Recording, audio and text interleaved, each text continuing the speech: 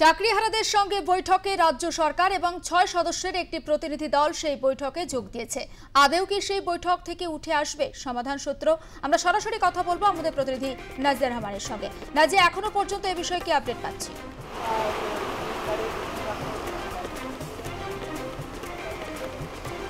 দেখো, আজকে যোগ্য শিক্ষক শিক্ষিকা অধিকার মঞ্চ 2016 6জন প্রতিনিধি বিকাশ ভবনে গেছেন। বিকাশ ভবনের শিক্ষা সচিব সহ অন্যান্য আধিকারিকদের সঙ্গে তারা বৈঠক করবেন।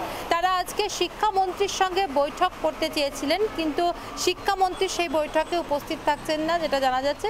শিক্ষা সচিব এবং অন্যান্য আধিকারিকদের সঙ্গে এই বৈঠক হচ্ছে। তারা যে দাবিগুলো তুলেছেন তার মধ্যে প্রধানত হচ্ছে তারা আর কোনো পরীক্ষা দেবেন না, অর্থাৎ সুপ্রিম কোর্টের তরফ থেকে যে নির্দেশ দেওয়া হয়েছে যে পুনরায় নিয়োগ প্রক্রিয়া করতে হবে, সম্পন্ন করতে হবে 31শে ডিসেম্বরের মধ্যে।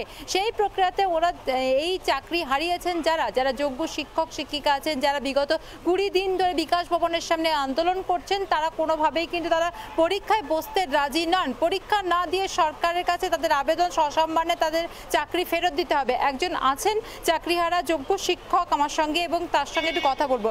আপনাদের তরফ থেকে বারবার দাবি জানানো হচ্ছে যে আপনারা পরীক্ষায় কোনো মতেই বসবেন না। আজকে শিক্ষামন্ত্রীর সঙ্গে আপনারা বৈঠকে বসতে চেয়েছিলেন, কিন্তু শিক্ষামন্ত্রীর সঙ্গে হচ্ছে না, শিক্ষা সচিব অন্যান্য আধিকারিকরা আছেন। কি মনে করছেন আপনাদের যে দাবিগুলো, সেই দাবি কি পূরণ হবে? আজকে কি কোনো ইতিবাচক ইঙ্গিত পাবেন?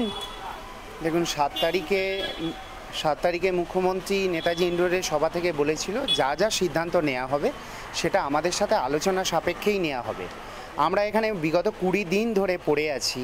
শিক্ষা দপ্তরের কোনো কর্তৃপক্ষ, কোনো একজন অফিসার বা কেউ, কোনো আধিকারিক আমাদের সাথে কোনো রকম যোগাযোগ করেনি যে আপনাদের দাবিটা কি। আমরা ইতিমধ্যে লিখিত আকারে আমাদের দাবি জানিয়েছি।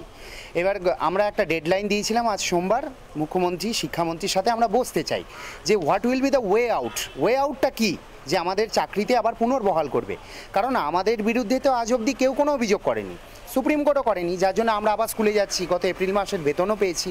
তাহলে আমরা আবার পরীক্ষাটা কেন দেব? ইতিমধ্যে আপনারা দেখেছেন যারা সাদা খাতা অথবা র্যাঙ্ক জাম্প করে পেয়েছে, যারা সুপ্রিম কোর্ট ইতিমধ্যেই তাদের MA ফাইল ক্যান্সেল করে দিয়েছে। তাহলে এখানে যখন পরিষ্কার বোঝাই যাচ্ছে যে ও অযোগ্য কারা আর যোগ্য কারা, তাহলে আবার পরীক্ষা দেব কেন?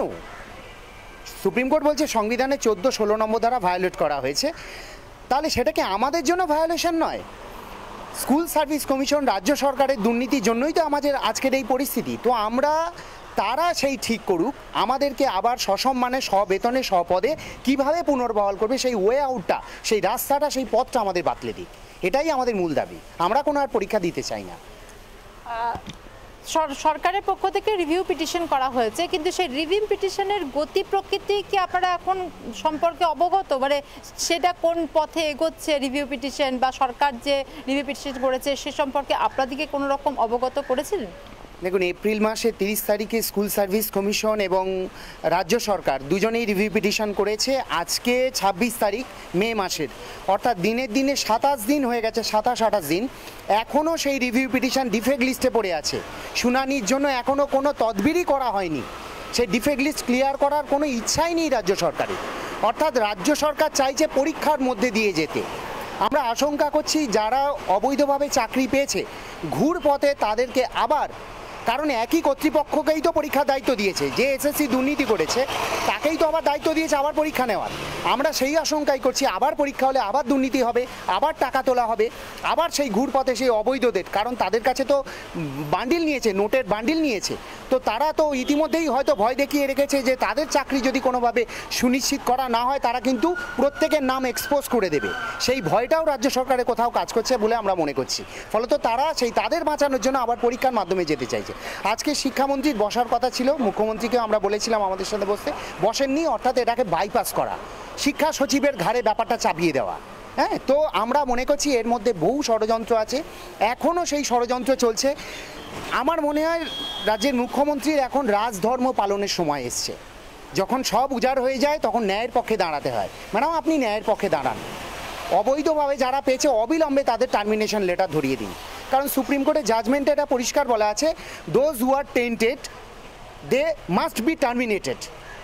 তো তারা এখনো কেন টার্মিনেশন লেটার পেল না আমরা জানি না, এক অজ্ঞাত কারণ। এখনো কেন একেবারে ওই বুঝতে মার্কশিট পারছি প্রকাশ রাজি, করা হলো অবশ্যই না? আমাদের সেদিকে আমরা নজর থাকবে এবং আজকের এই বৈঠক থেকে কোনো সমাধান সূত্র বেরোয় কিনা সেদিকেও আমাদের নজর থাকবে। নজর রাখো। আপাতত তোমাকে ধন্যবাদ।